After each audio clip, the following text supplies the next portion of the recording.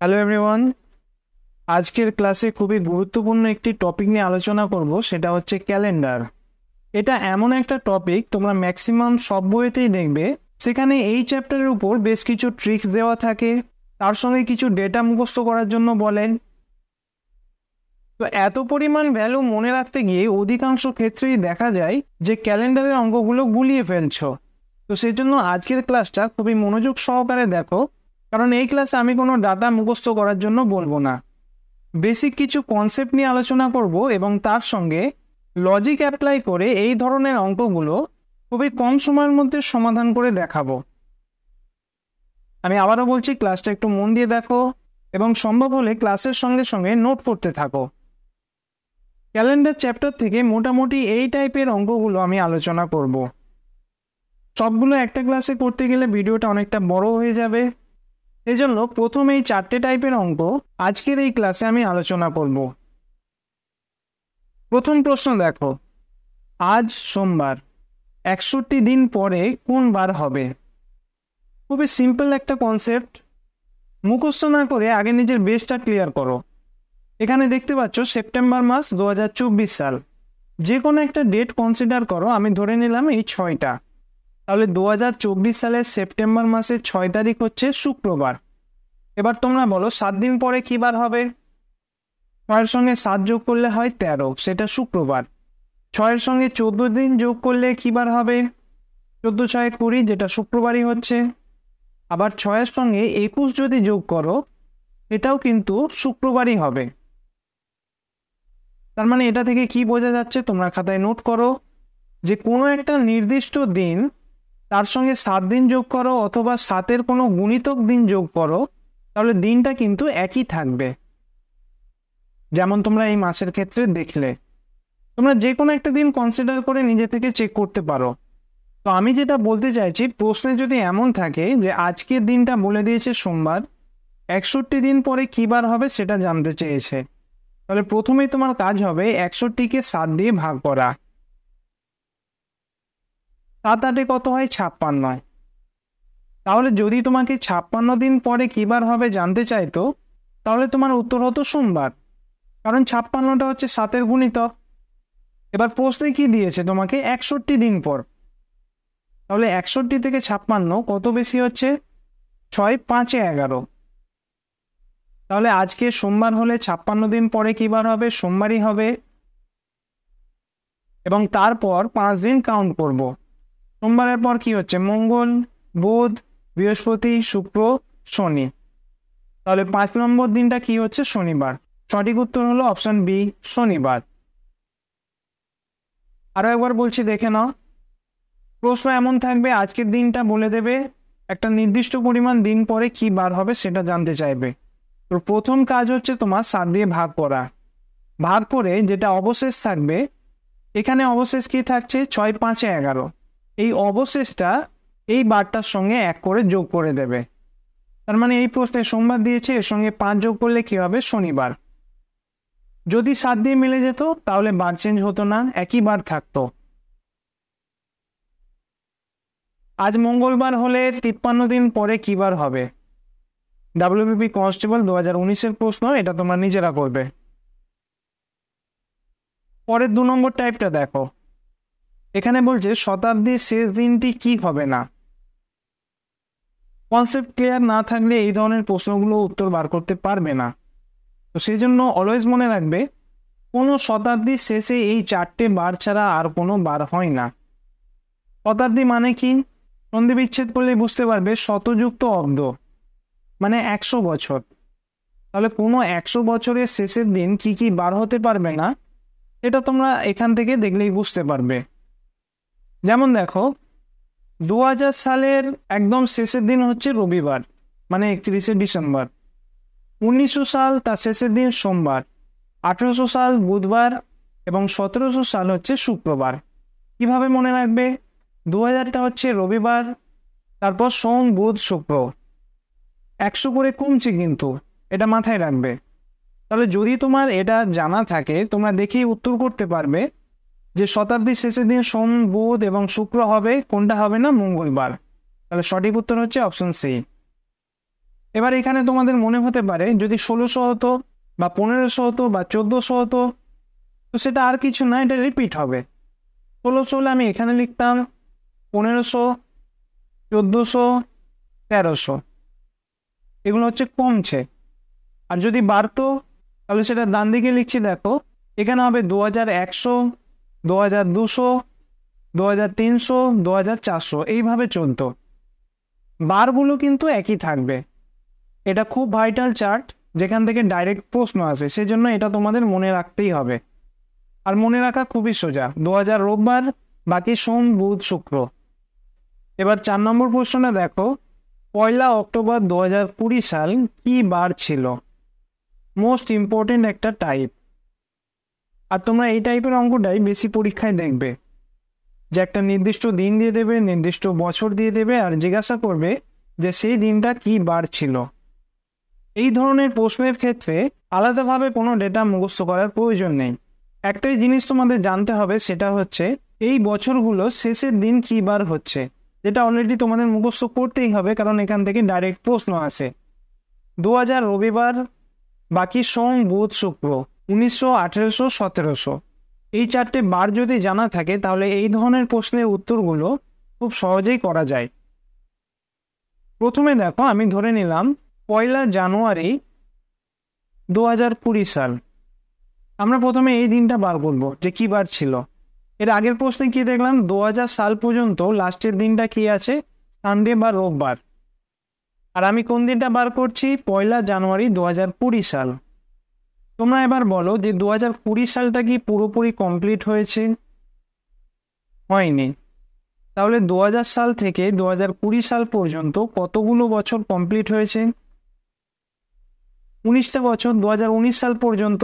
তো সেটা আমি এখানে লিখলাম। এরপর তোমরা আমাকে বলো যে এই 19 বছরে টোটাল কতগুলো লিপিয়ার সংখ্যা পাবে বা লিপিয়ার বছর পাবে। প্রতি 4 বছরে একবার করে লিপিয়ার পাও, তাহলে 19টাকে 4 দিয়ে ভাগ করতে হবে। 4 4 16, 4 5 20, 20 বেশি হয়ে যাচ্ছে, তাহলে 19 বছরের টোটাল লিপিয়ারের সংখ্যা হলো 4টে। তাহলে আমি কি করলাম, আবারও বলছি, দেখো 2000 সাল থেকে 2020 সাল পর্যন্ত কতগুলো বছর পরিপূর্ণ হয়েছে মানে কমপ্লিট হয়েছে, এটা এখানে লিখলাম। তারপর এই বছরগুলোতে কতগুলো লিপিয়ার আছে সেটা কিভাবে বার করবে, 4 দিয়ে ভাগ করে।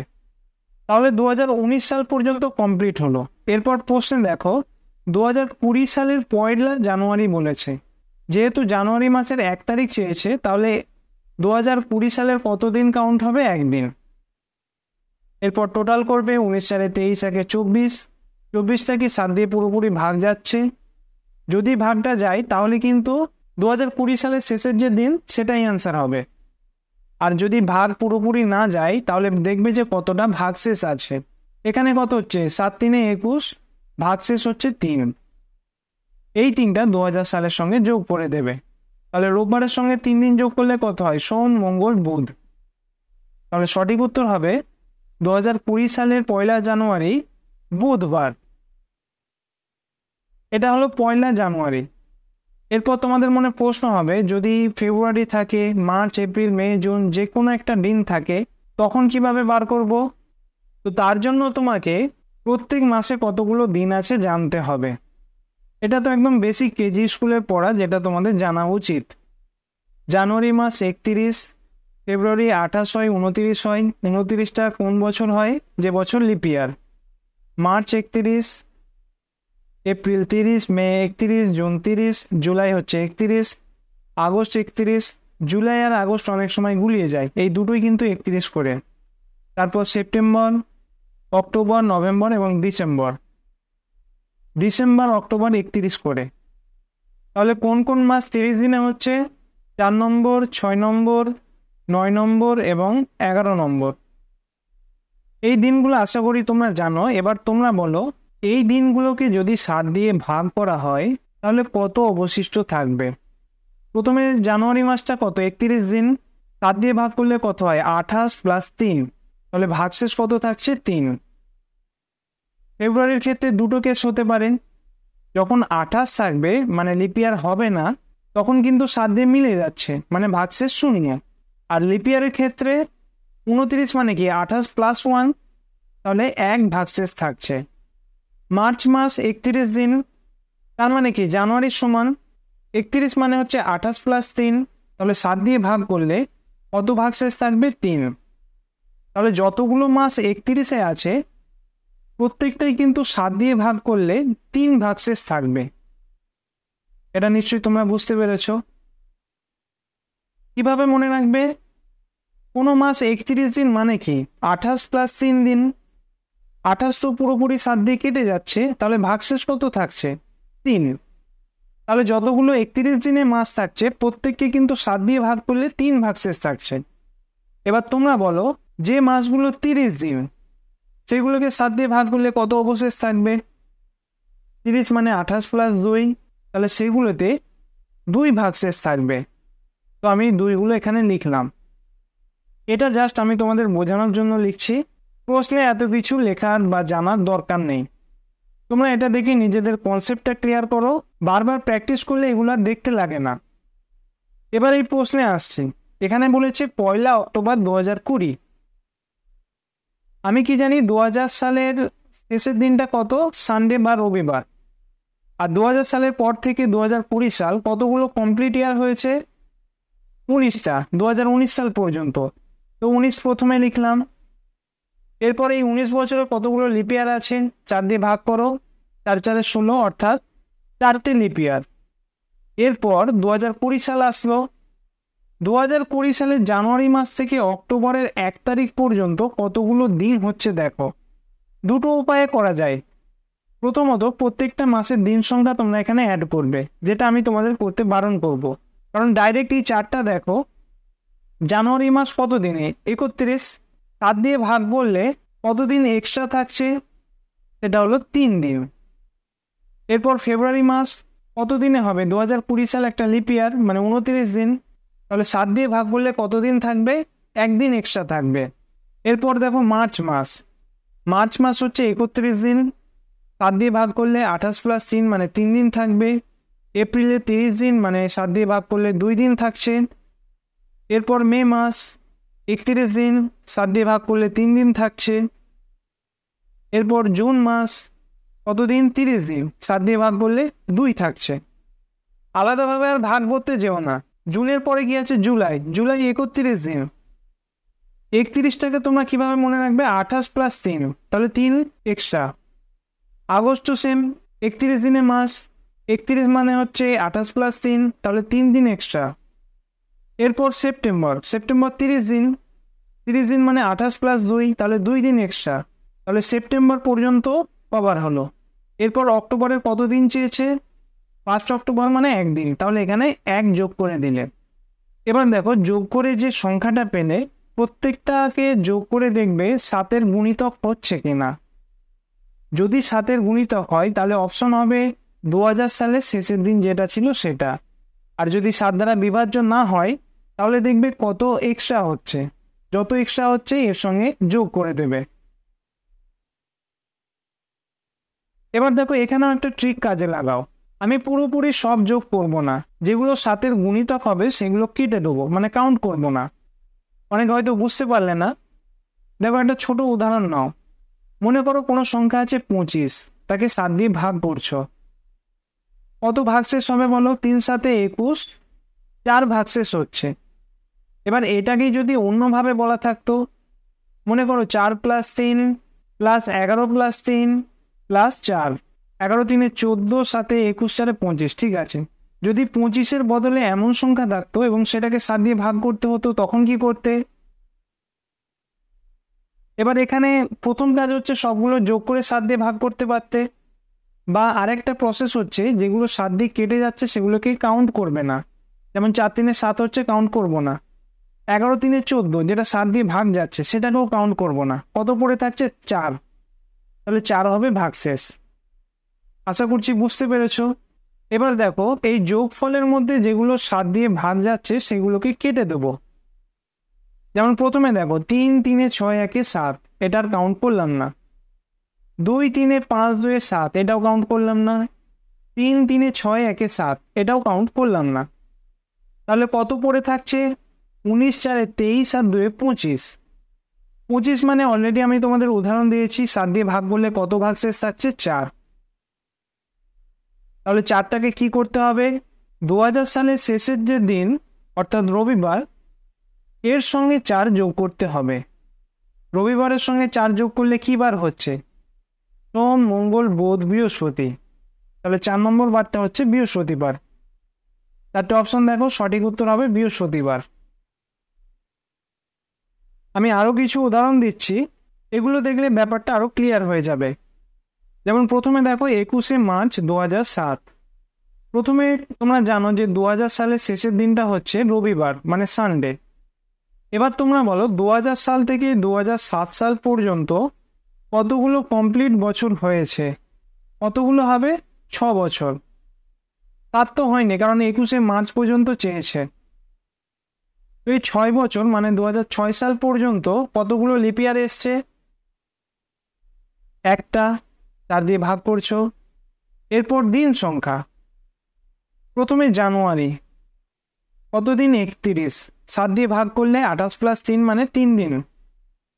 এরপর আছে ফেব্রুয়ারি, এটা একটা দেখো লিপ ইয়ার নয়, মানে নন লিপ ইয়ার বছর, অর্থাৎ 28 দিন, যেটা 7 দিয়ে বিভাজ্য। তাহলে অবশিষ্ট কতদিন থাকবে ফেব্রুয়ারি মাসে? 0 দিন। এরপর মার্চ মাসের 21 তারিখ পর্যন্ত 7 দিয়ে ভাগ করে দেখো কতগুলো দিন অবশিষ্ট থাকছে। কতগুলো হবে? 0 দিন, কারণ 21 7 দিয়ে ভাগ যাচ্ছে। তাহলে টোটাল দিন সংখ্যা কত হলো? 6 + 1 + 3, যার মধ্যে দেখো 6 আর 1 7 দিয়ে ভাগ যাচ্ছে, সেজন্য কেটে দিলাম। এবার এই পুরো সংখ্যাটাকে 7 দিয়ে ভাগ করছো। 3 আছে মানে ভাগশেষ 3ই হলো। এই 3টা তাহলে এই সানডের সঙ্গে যোগ করতে হবে। রবিবারের সঙ্গে 3 দিন যোগ করলে কত হয়? সোম, মঙ্গল, বুধ। তাহলে সঠিক উত্তর হবে 21শে মার্চ 2007, এটা হচ্ছে বুধবার। এরপর পরেরটা দেখো 21শে মার্চ 2008। 2000 সালের শেষ দিনটা কত ছিল? রবিবার।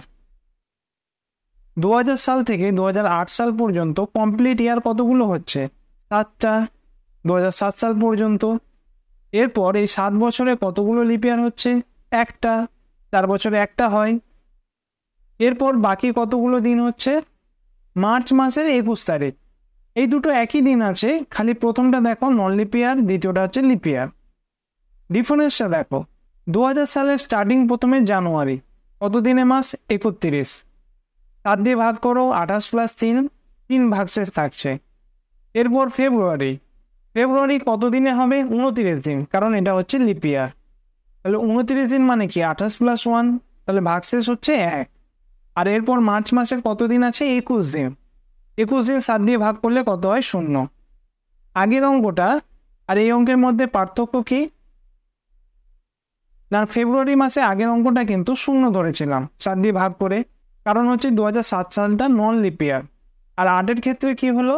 ফেব্রুয়ারি মাসের এক্সট্রা দিন সংখ্যাটা 1 বেড়ে গেল লিপ ইয়ারের জন্য। এবার এখানে দেখো 7 তো আমি কেটে দিলাম, 7 দিয়ে ভাগ যাচ্ছে। আর বাকি কতগুলো দিন পড়ে আছে দেখো, 1 3 4 1 5, টোটাল 5 দিন। তাহলে সানডের সঙ্গে 5 যোগ করতে হবে। কত হবে? সোম, মঙ্গল, বুধ, বৃহস্পতি, শুক্রবার। তাহলে 21শে মার্চ 2008 সাল, এটা হচ্ছে শুক্রবার। পরেরটা দেখো 8ই নভেম্বর 2033। 2000 সালের শেষ দিনটা কত ছিল? সানডে, রবিবার। 2000 সাল থেকে 2033 সাল পর্যন্ত কতগুলো কমপ্লিট ইয়ার হচ্ছে? 32টা। এই 32 বছরে কতগুলো লিপ ইয়ার হচ্ছে? 4 দিয়ে ভাগ করো, 4 8 32। এরপর দেখো নভেম্বর পর্যন্ত, জানুয়ারি 3, ফেব্রুয়ারি কত হবে? এটা নন লিপ ইয়ার মানে 28 দিন, অর্থাৎ 0। মার্চ 31 দিন, 28 + 3 মানে 3 দিন অবশেষ। এপ্রিল হচ্ছে 30 দিনে মাস, 28 + 2। মে 28 + 3, জুন 28 + 2, জুলাই আর আগস্ট 31 করে, সেপ্টেম্বর 30 মাস, অক্টোবর 31 মাস, আর নভেম্বরে দেখো 8 দিন পর্যন্ত।